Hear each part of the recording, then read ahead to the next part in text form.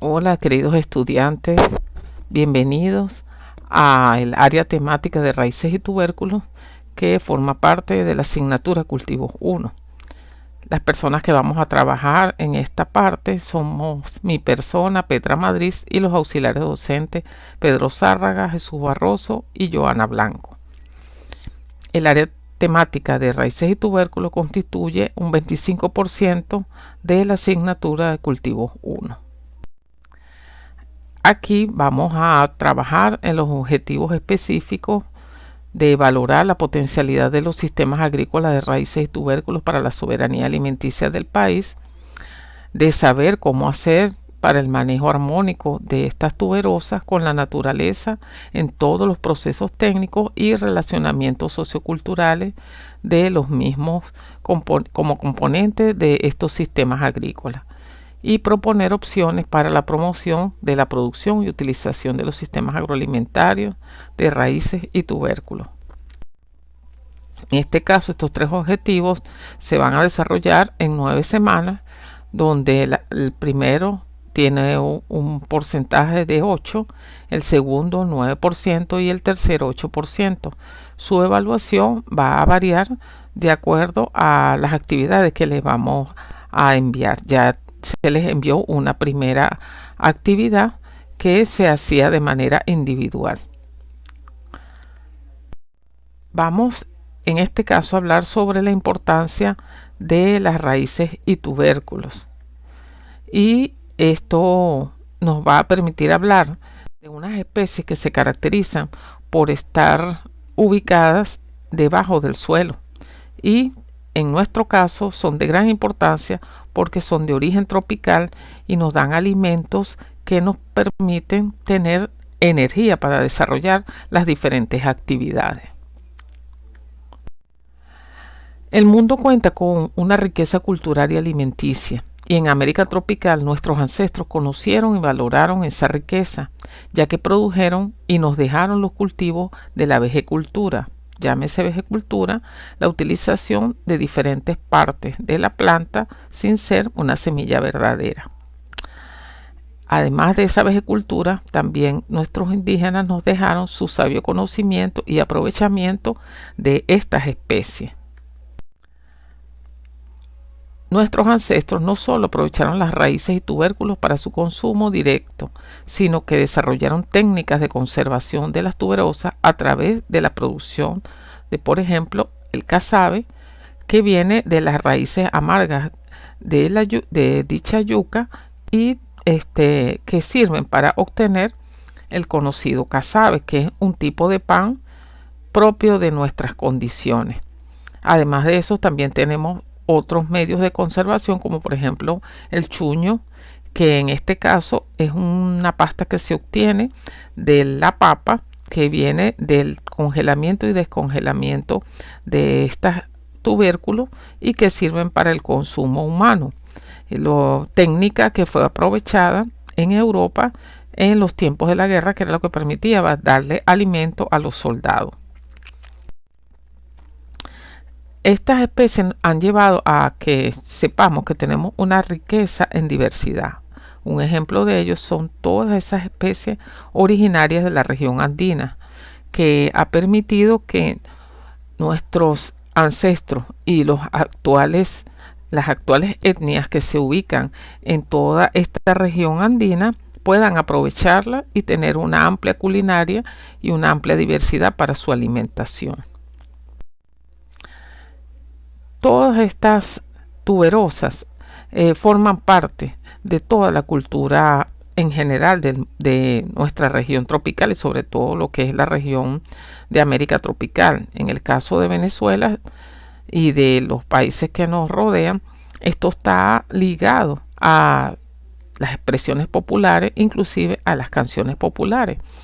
Sabemos que hay dichos como por ejemplo: al que buen árbol se arrima, buena sombra le cobija. Bueno, hay otros como por ejemplo: a falta de pan, buenas son tortas. ¿Y qué tortas son esas? Las tortas de casabe. En rastrojo viejo, conuco, siempre hay batata. Toma tu yuca, José Mapuey, entre otras expresiones que identifican estos cultivos con nuestra idiosincrasia y con nuestros nuestra gente. ¿Por qué? Porque son parte de nosotros. Ahora, de estas especies, ¿cuáles son las que nosotros vamos a estudiar? Allí tenemos el ocumo chino, vamos a estudiar la papa, el apio criollo, la batata, el ocumo común, el ñame y la yuca. Estas son las especies que nosotros vamos a estar trabajando durante esta parte de la asignatura. Vamos a partir de unas expresiones, de unas premisas.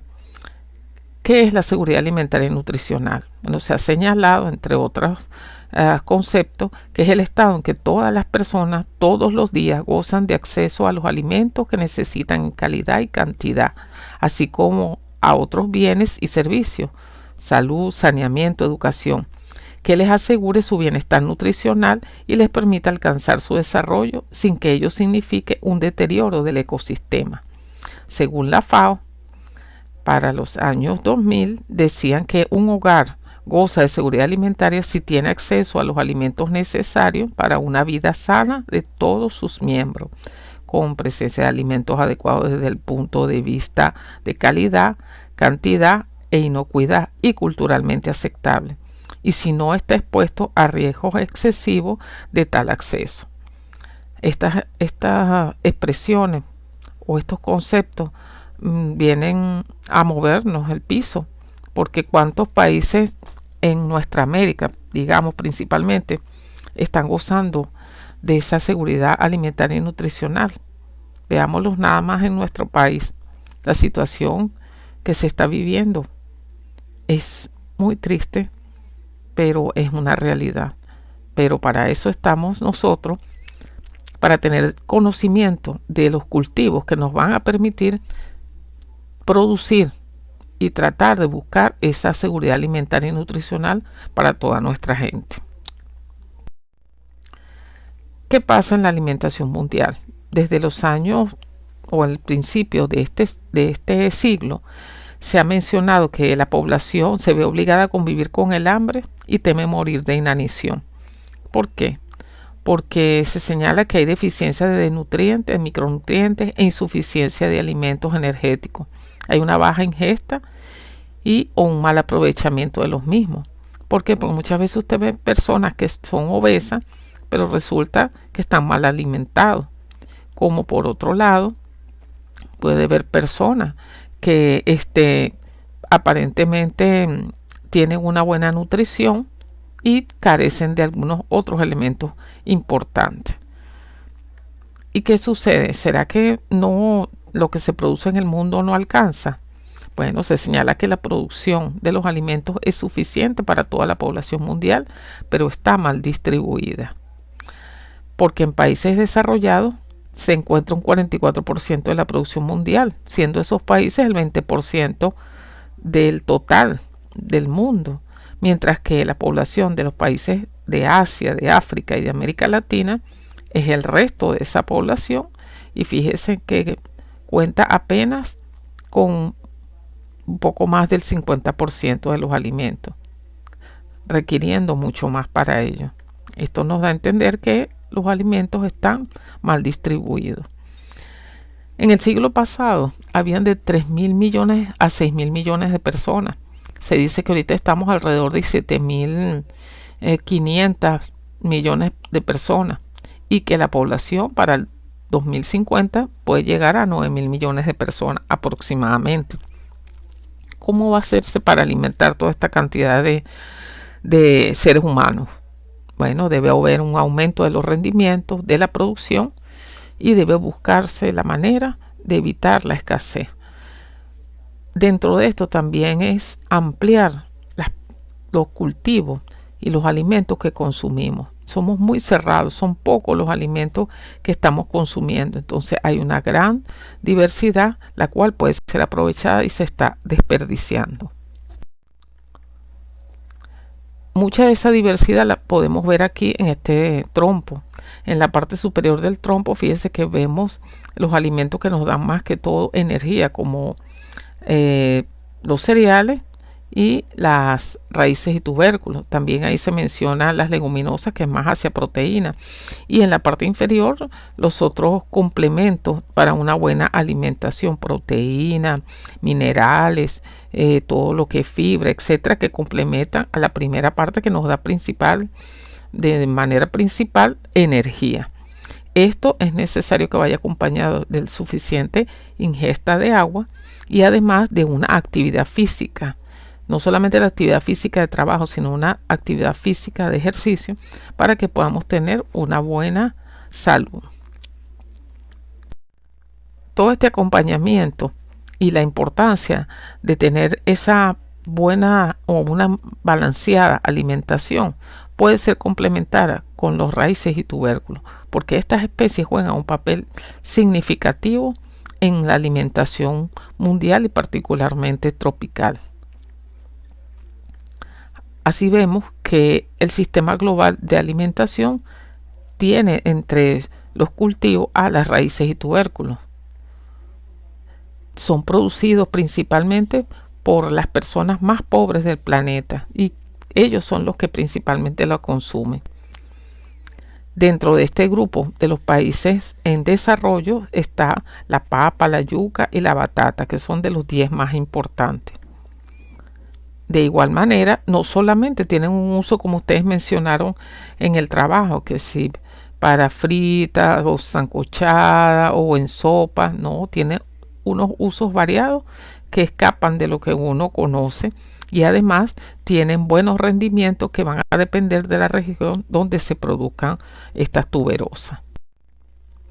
¿Qué ventajas tienen estos cultivos? Bueno, ya dijimos que uno de ellos es que son producidos por los personas o los hogares más pobres y desnutridos, y ellos lo tienen como su fuente principal de alimento, más que de energía, de alimento. De igual manera, como se producen grandes cantidades de energía, tienen también unos rendimientos que son estables, y eso les permite tener comida segura. ¿Que le faltan otras cosas? Lo más probable, pero por lo menos tienen que comer, y eso lo vimos nosotros en el tiempo en que Venezuela estaba, que no se conseguía arroz, no se conseguía harina, estaban los problemas en los supermercados para hacer las colas, etcétera. Que había yuca y la gente chillaba, ay, otra vez yuca, pero por lo menos tenían comida, y las tuberosas salieron a relucir proveyendo esos alimentos que se necesitaban, esa energía que se necesitaba. Son fuentes, pues, como ya dijimos, de energía, vitaminas, minerales y aminoácidos esenciales, como la lisina, que escasea en los cereales. Por otro lado, son un alimento constante. Como están debajo del suelo, eso les permite soportar sequías, hambrunas, las guerras. Ahorita le acabo de hacer comentario de que la papa como chuño se utilizaba, y eso permitió alimentar en la guerra a muchos de los soldados. A veces hay inestabilidad política, económica, y ahí están las tuberosas produciendo. Se adaptan a diferentes condiciones climáticas que muchas veces serían difíciles para otros cultivos, y ejemplos de ello es la yuca, que soporta sequía, y por el otro lado está el ocumo chino, que se puede sembrar y de hecho se produce en condiciones de inundación, donde solamente el arroz y él son cultivos que permiten esas condiciones para dar una buena producción. Entre otras ventajas, vamos a señalar este cuadro porque es representativo de que nos menciona el número de personas cuyas necesidades diarias de estos nutrimentos pueden cubrirse con una hectárea de cultivo. Por ejemplo, las calorías pueden ser cubiertas para 133 personas con la batata, con ocumo chino 55. Fíjense el calcio 138 y 85. Con el hierro, con batata y ocumo chino, miren la cantidad de personas.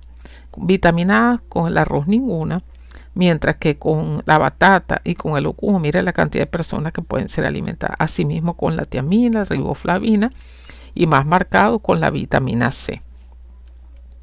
De manera que no solamente dan energía, sino que también proveen de otros nutrimentos de importancia. Otras de las ventajas, que son fuentes de ingresos, especialmente para las familias pobres, y además cuando producen estos cultivos, ellos son capaces de proveer para su hogar alimento, de venderlos y además puede darle fuente de trabajo a otras personas y hasta ellos mismos cuando son procesadas, como por ejemplo cuando se produce el casabe. Tienen un efecto en el ambiente, entre ellos vamos a ver la batata, que es un cultivo de crecimiento que es crece en el suelo, ¿verdad? Lo protege, es estolonífero, rastrero. Entonces esto hace que cuando vienen las lluvias protege al suelo de erosión. Y además de eso, en países como los asiáticos ha venido a ser una gran ventaja porque como ellos tienen problemas con los tifones, la batata perfectamente soporta esas condiciones y es un alimento seguro tanto para ellos como para los animales. Se producen comercialmente de forma asexual a través de sus diferentes partes, como dijimos, de la vegecultura, tallo, las mismas raíces, hojas, etcétera. Y hay una gran diversidad de estas especies, de manera que usted puede comer, por ejemplo, una batata blanca, amarilla, anaranjada, de igual forma con la papa. Tienen altos rendimientos y unas potencialidades no alcanzar, unas potencialidades altas. Pues. ¿En qué se ha visto esto? En que, por ejemplo, hubo un congreso en Brasil y en ese congreso se presentaron 2 trabajos. En uno de los trabajos se hicieron trabajos de se hizo mejoramiento genético y allí se obtuvieron plantas a través de cruces y esas plantas fueron capaces de dar raíces de alta producción. Y por otro lado se presentó un trabajo donde se había hecho colecta de diferentes cultivares de yuca. Evaluaron esos cultivares y encontraron que esas raíces eran tan productivas, esas plantas eran tan productivas de raíces como aquellas que habían hecho un esfuerzo mayor en los cruces, etcétera, etcétera. De manera que el potencial que tiene escapa de lo que nosotros no nos imaginamos. Estas principales raíces y tubérculos son de origen tropical. En toda esa faja nosotros la vamos a encontrar, llámese en América, en África o en Asia. Se señalaba que para el año 2020 unas 6.000 millones de personas iban a tener como fuente principal las raíces y tubérculos, y en parte eso se ha cumplido porque no solamente sirve como fuente de alimento para las personas, sino también como forraje y otro tipo de uso que se le da, y eso le da ingreso a las personas, sobre todo de bajos ingresos. Sin embargo, hay unas cosas que se presentan que son interesantes, no lo que quisiéramos, pero son interesantes. En el oeste de Asia y de África se ha visto que cuando las personas tienen mayores ingresos, cambian sus dietas, ya prácticamente casi no comen tuberosas, sino que empiezan a comer cereales. Esto es valioso porque hay un balance, pero no dejar de comer las tuberosas, sobre todo si es lo que las personas tienen mayor potencial de producir. Esta situación se presentó en Nigeria y esto llevó a que el gobierno prohibiera la entrada de cereales al país para que se produjera las tuberosas. Si usted ve las estadísticas va a encontrar que Nigeria es uno de los países más productores de raíces y tubérculos, y con eso ellos se han alimentado y son exportadores, de manera que a veces hay situaciones donde debe dársela a entender a las personas que debemos producir lo que vamos a consumir, porque sobre todo en países pobres no es adecuado que esté perdiéndose el dinero de esa manera, pudiendo producirse otra cosa que es prácticamente igual. ¿Cuál es la tuberosa más consumida? La papa, y esto lo vemos en lo que es los países desarrollados o nórdicos, mientras que la yuca, la batata y el ñame, entre otras, son altos productores de almidón, de forraje y de otros productos alimenticios procesados, y que no solamente se usan en nuestros países, sino que también se ha visto que pueden exportarse a otros países, sobre todo esos productos alimenticios procesados para la alimentación animal. En Latinoamérica ha habido una influencia de cambios de patrones de consumo, teniendo nosotros gran parte de muchas de esas tuberosas. Sin embargo, cambió desde los años 50, 60 con esta mezcla de cultura, y esto se vio muy particular en Venezuela. Se perdieron los hábitos de consumo de las tuberosas y prácticamente se cambió por otros alimentos foráneos, que está bien que se integren, pero no el eliminar los que nosotros podemos producir y que podemos producir con unas ventajas mucho mayores. Pero se presenta este tipo de situación. Vamos a ver algunas de esas raíces y tubérculos que son de importancia y que nosotros debemos considerar, no solamente para el consumo, sino también para que sepamos la importancia que estas tienen. Uno, estas que vamos a mencionar son de la zona del trópico bajo y caliente. Entre ellas está la yuca, que su nombre científico es Manihot esculenta crans. Sus nombres vulgares: mandioca, tapioca, cassava, manioc. Ella es originaria de América tropical, del norte de América tropical, y esto la lleva hasta la región del Caribe, es decir, desde el Caribe hasta el nordeste de Brasil. ¿Cuál es su producto principal? Las raíces tuberosas. De esas raíces tuberosas nosotros podemos obtener otros productos, como el caso del casabe, que ya lo mencionamos, que es un tipo de pan para nuestras condiciones, ideal porque se conserva perfectamente por mucho tiempo y rico en fibra. También se puede obtener almidón, con el cual se pueden hacer algunos alimentos como el pan de bono o pan de queso, como en el caso de Brasil. También puede hacerse chips de yuca, eso es ahorita muy comercial, y se pueden obtener otros productos u otros subproductos, como la utilización de la hoja de yuca, que se ha encontrado que tiene altos contenidos de proteína y sirve como suplemento nutricional para algunos países. Esta planta es un tallo, es un arbusto semilla leñoso, cuyo tallo puede llegar hasta unos 3 metros de altura. Las hojas son palmeadas, tienen de 3 a 11 lóbulos. La lámina y el pecíolo tienen coloraciones que van desde el verde hasta el púrpura. Inclusive podemos encontrar algunas hojas verdes y los pecíolos de coloraciones que van desde el blanco, amarillo, rosado, ese tipo de coloración, o la planta completamente púrpura. El fruto es una cápsula, o sea que ella da también su fruto, y esa cápsula es dehiscente. El sistema radical es fibroso y aproximadamente entre 10 y 15 raíces de esas se engrosan, donde ocurre esa deposición o almacenamiento de los carbohidratos y demás elementos nutritivos, y son las que sirven para el consumo humano. Hay también las que son las raíces amargas, que ya se conoce que a través del procesamiento de hacer casabe pueden ser utilizadas también. La otra de las tuberosas del trópico bajo caliente es el ñame. El ñame en este caso son varias especies. Por eso ponemos ahí Dioscorea sp. Entre las especies está Dioscorea lata, rotundata, bulbífera. Esta se le conoce vulgarmente como ñame, ñangate, innamen, yam, mapuey. Y esta especie es originaria, o estas especies son originarias, unas de África, otras de Asia, y tenemos también América.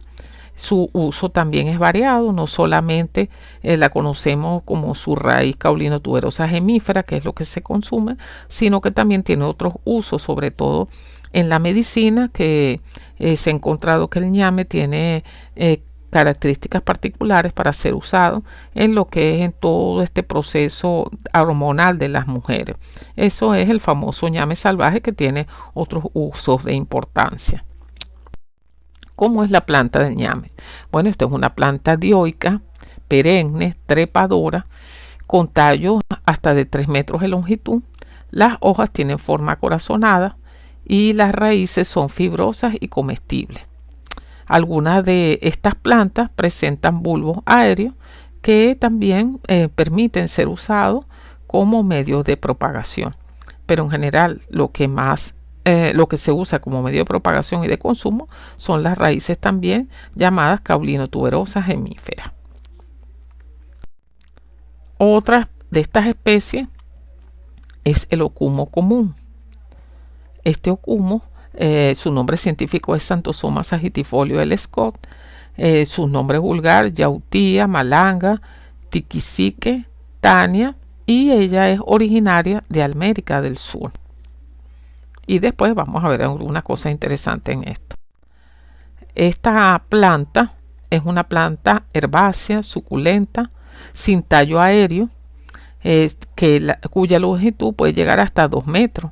Las hojas son pecioladas, como se observa en la foto, suculentos los mismos. Las láminas son de forma sagitada ovada. Los tallos son subterráneos y ese tallo subterráneo es el cormo. Las raíces son gruesas y numerosas. De ese tallo subterráneo aparecen yemas, y esas yemas tienen crecimiento horizontal, y esas yemas se engrosan con ese crecimiento horizontal y forman lo que tenemos aquí en esta foto, los famosos rizomas.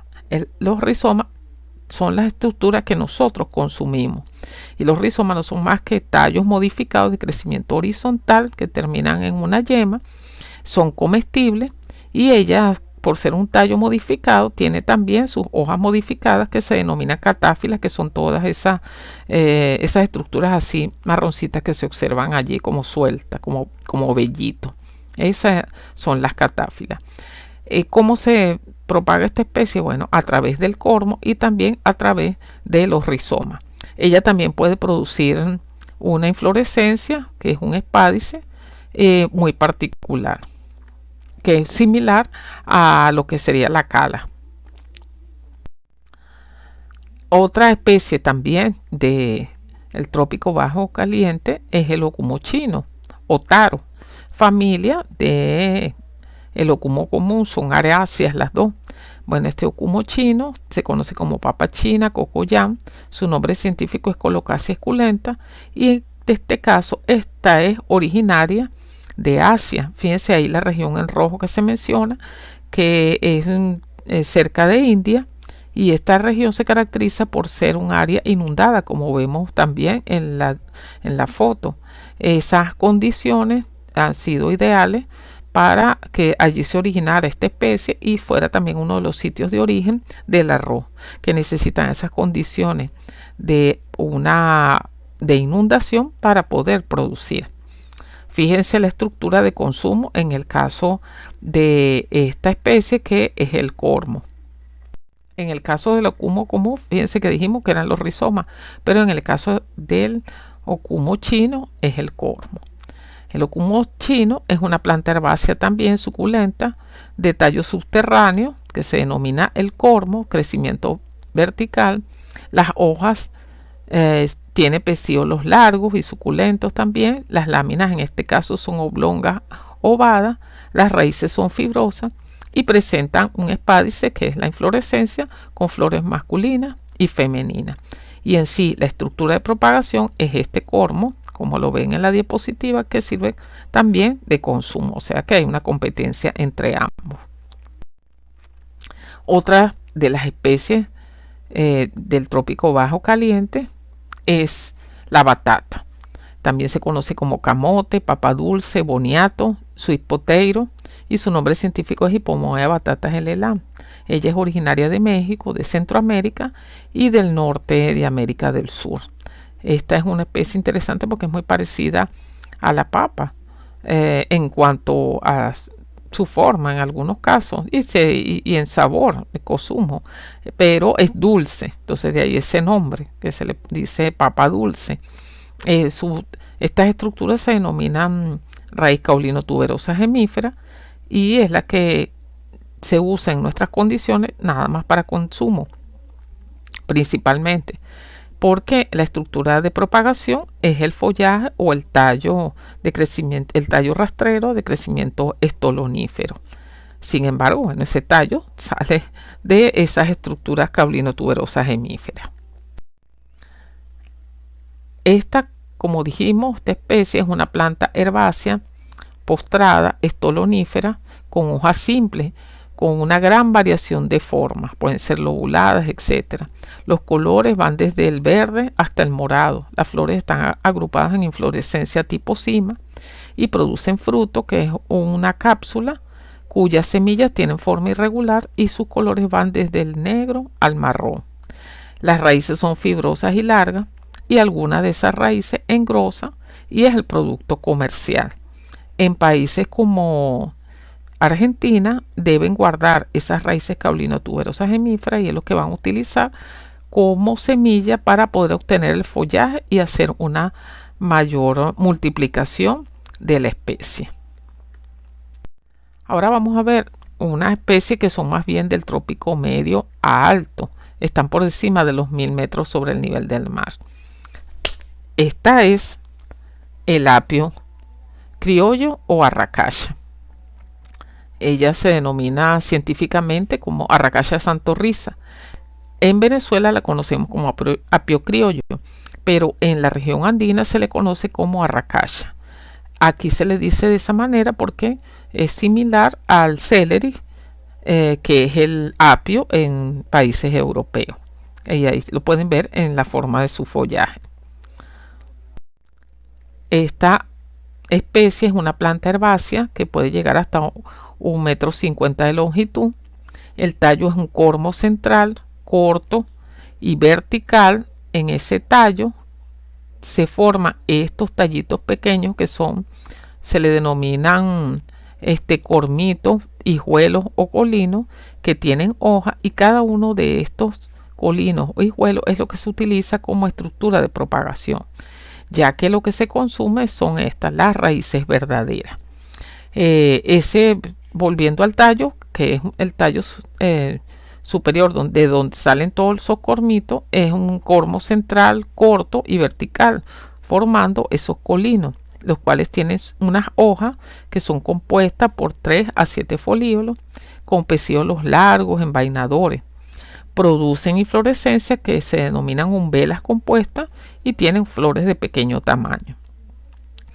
Las raíces, por su parte, vienen de esas, son raíces fibrosas y algunas de ellas van a engrosar y toman esas coloraciones blanco, amarillo o mezcladas con púrpura, cuya importancia viene a que allí se encuentran almidones de muy alta calidad.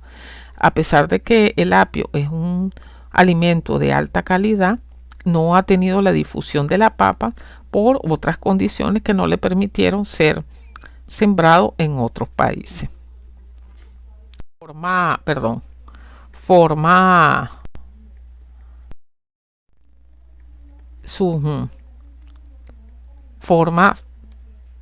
Esta planta, ¿verdad?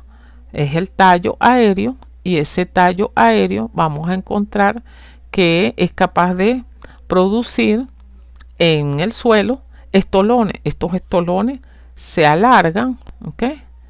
Y al final engrosan, y al engrosar forman lo que se llama el tubérculo, que es otro tallo modificado, porque el estolón es un tallo modificado, y el tubérculo es el engrosamiento de ese estolón con un crecimiento horizontal, donde se va a acumular el almidón y las demás sustancias nutritivas, y se denomina así tubérculo.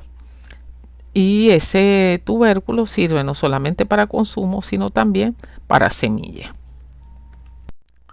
Aquí podemos ver que en el caso de la papa la diversidad es muchísima, ya que la papa nosotros conocemos la especie Solanum tuberosa, pero hay otras especies más que son de forma similar. Tienen, fíjense, diferentes tamaños, formas, colores, tonalidades. Y no solamente eso, sino que en casos de zonas como en Perú, una papa, ellos saben utilizarla. Una papa es para para freír, otra papa es para sancochar, otra papa es para puré, de manera que le conocen sus cualidades para cada uno de esos usos. Hay otras también de origen tropical caliente, otras tuberosas, como por ejemplo el airén, el guapo, la cúrcuma, jengibre, el capacho, el nupe, el kutzú, que tienen diferentes usos y hay toda una culinaria y conocimiento sobre las mismas. Las más conocidas serían en este caso la cúrcuma y el jengibre, no solamente por su uso en la alimentación, sino también por su uso medicinal muy importante y señalado en este tiempo. Tenemos también otras especies que son del trópico medio alto, o sea, todas esas tuberosas andinas, como por ejemplo el timbo, que es uyucu, la cuiva oca, jiquimilla, que muestran la riqueza de tuberosas que hay en la región andina, con toda una culinaria bien amplia y que no son objetos de este curso, pero es bueno que ustedes sepan que esto también está presente en toda la riqueza vegetal que tenemos en nuestra América tropical. Ahora, de toda esta producción se hacían algunos estudios para los años 20 donde se mencionaba cuál era la tasa promedio de crecimiento anual o para estos años, y se mencionaba que la papa era uno de los cultivos que más se iba a crecer en cuanto a promedio de producción. Esto no se vio con exactitud para estos años, pero de hecho ha sido así. La papa sigue siendo una de las tuberosas más utilizadas porque es una de las que el hombre, sobre todo el hombre europeo, debería agradecer, o de hecho debe mucho a la papa, porque fue uno de los alimentos que permitió el desarrollo o gran desarrollo de su cultura y le permitió darle alimento, sobre todo en las épocas de guerra. Y es una de las que se menciona ahí con mayor crecimiento, seguida del maíz y de la yuca. ¿Cómo sería el caso de Venezuela? Bueno, en el caso de Venezuela se ha mencionado, y Montilla lo dijo para el año 2004, qué era lo que nosotros deberíamos producir para los siguientes años para no depender tanto de los cereales importados, principalmente lo que es el trigo, sino depender de alimentos que nosotros mismos pudiéramos producir bajo condiciones que son las ideales que tenemos. Entre ellos está mencionándose que él decía que para el año 2006 deberíamos llegar a un rendimiento de 15 toneladas por hectárea. Y fíjense, en este caso, para ese año 2004 estábamos en un promedio de 12 toneladas por hectárea, que se proyectaba, o él decía que debía proyectarse para 2006, llegar a ese rendimiento en unas 197 hectáreas. Para el 2012, 18 toneladas en un área de 280.000 hectáreas. Y en el caso del 2018, 21 toneladas en un área de 296.000 hectáreas. Eso se cumplió. Ustedes lo vieron en el trabajo que realizaron. Ustedes se dieron cuenta qué pasó allí, si se está cumpliendo o no. Y esto les debe hacer reflexionar, o nos hace reflexionar, de cómo es la producción en Venezuela, qué está pasando con nosotros, qué estamos haciendo, lo que debemos hacer. Porque aun cuando debemos tener una alimentación diversa, también tenemos que hacer más hincapié en aquello que somos capaces de producir, porque Venezuela ya es otra y va a haber cada vez de forma más marcada una lucha por los alimentos, lucha por el agua, lucha por todas estas necesidades, y el hombre tiene que seguir trabajando para buscar el beneficio de su población. No podemos seguir teniendo tanta gente con hambre. Sabemos que las cosas pareciera que no tienen un futuro cierto, pero el hombre puede trabajar para ayudar a que esto sea así, para que nosotros podamos mejorar, podamos dar alimentos de calidad a la población. Bueno, muchachos, esto era lo que yo le tenía para el día de hoy. Vamos a mandarle una serie de actividades para complementar esta clase y la siguiente. Esta vendría siendo la primera, la de propagación, la segunda, correspondientes a la semana 1 y 2, y ya esta misma semana le vamos a mandar lo correspondiente a la semana de la semana 3, que sería el segundo tema del objetivo 1. Entonces, bueno, estamos al pendiente, agradecida por su atención, y vamos a mencionar también el día en que vamos a hacer las consultas. Saludos para todos. Gracias.